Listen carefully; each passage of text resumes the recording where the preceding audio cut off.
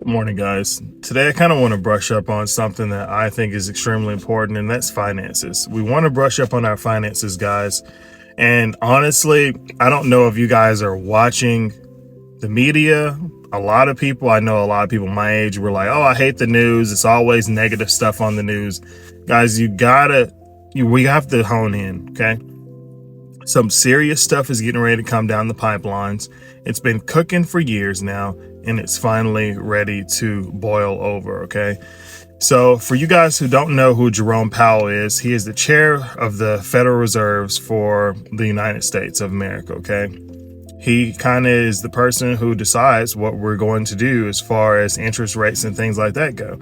Now, he does take information and things like that into consideration from, a group of individuals in the Senate Bank and things like that, and other smart economists.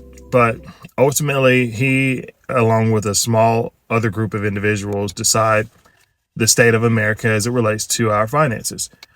So, what does this mean?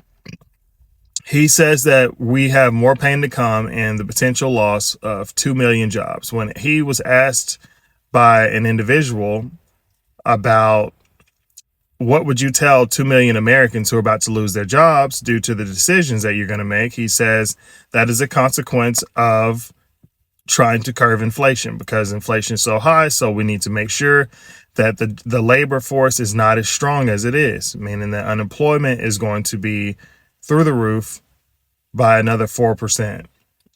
So, guys, I understand where he's coming from. There's around 300 plus Americans, but those 2 million people who are going to lose their jobs, guys, I think it's going to be more than that. I think that he speaks as a politician and someone who's very, very diplomatic. His responses are very diplomatic, and it's the perfect way to be if you're in politics. But, a true American face is going to want to know what's really going on and how are we going to be affected. Well, interest rates curving and probably going to be much higher than the normal 20 to 22%. It's going to cause a downpour, guys, when it comes to stocks and other markets. And as you all can already see, mass sell-offs are taking place.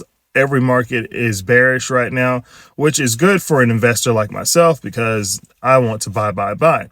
And I'm hoping that this lasts for another 2 years so I can buy into my positions, solidify my positions, and it looks good for me. But for people who aren't investors, guys, and people who are riding out this market, hoping that it turns around immediately so they can become multimillionaires, guys, calm down. Calm down. Maybe you all already have your positions and your bags full, but people like me, average Americans, I don't. So I'm ready to stockpile my positions and really solidify them in this next 2 years. I think we're going to be in a bear market in crypto for the next 2 years. A lot of people think that the bull run is going to be next June, next July. I don't see that. I don't. Jerome Powell said in the first meeting, and we're going to have another meeting at the end of this month as well. So I'm looking really forward to seeing what he's going to be talking about then. But on the first meeting, he said that this could last up to 2026 to 2028 before we really start to see a 2% interest, back to the 2%. So I don't think that that's going to happen anytime soon, guys. Again, it's very important that we, become financially smart for ourselves, for our families, our future kids, etc., guys, because the investment and the way that we manage our money today will allow us to be much more successful in making more money in the future. Now, if you're okay with working a standard 9-to-5 job, which a lot of people are, that's fine.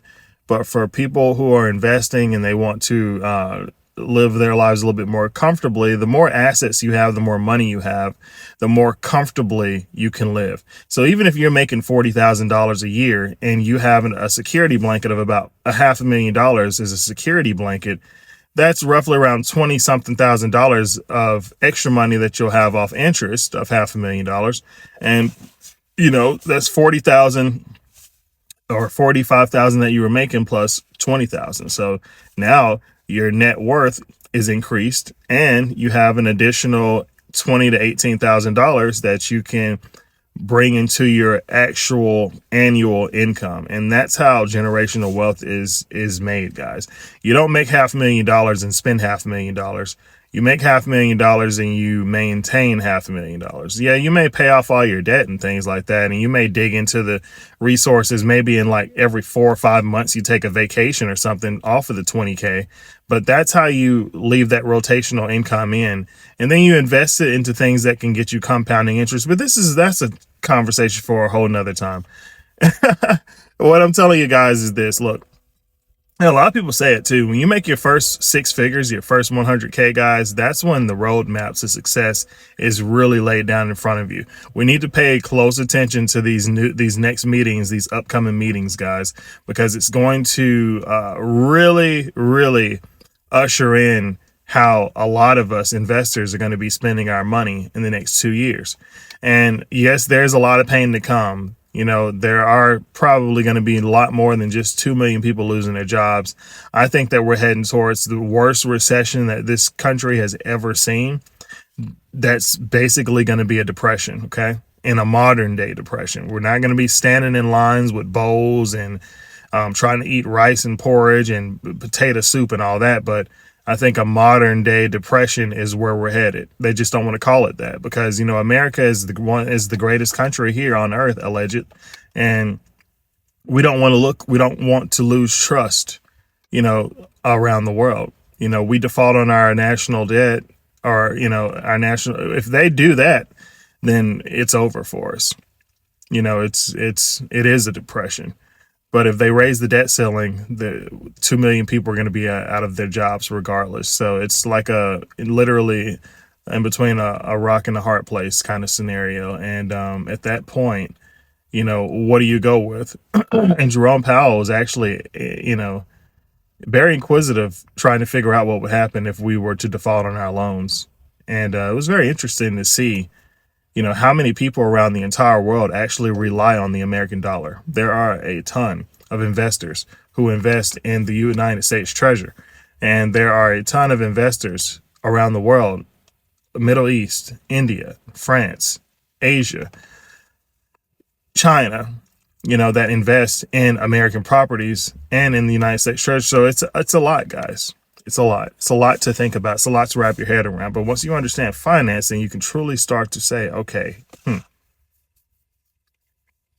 I need to put my money into an asset quickly that is at a very low price so I can capitalize on this. And that's what we need to be doing, guys. So all this year, guys, follow me on my journey. Let me know what you guys think in the comment sections. How much pain do you guys really think that we are in America? And how many people have you seen lose their jobs recently? And how many people do you think are living paycheck to paycheck? Because I know for a fact that I have a lot of people in my community who are doing just that. And it's difficult, and it's going to get even more difficult. And the reason why is because of inflation, and it's because of the way that money's been managed, and we have to do better, guys. Hey, I love all of you all. Don't forget to hit the like button, subscribe if you enjoy this kind of content, and I will see you guys on the next video.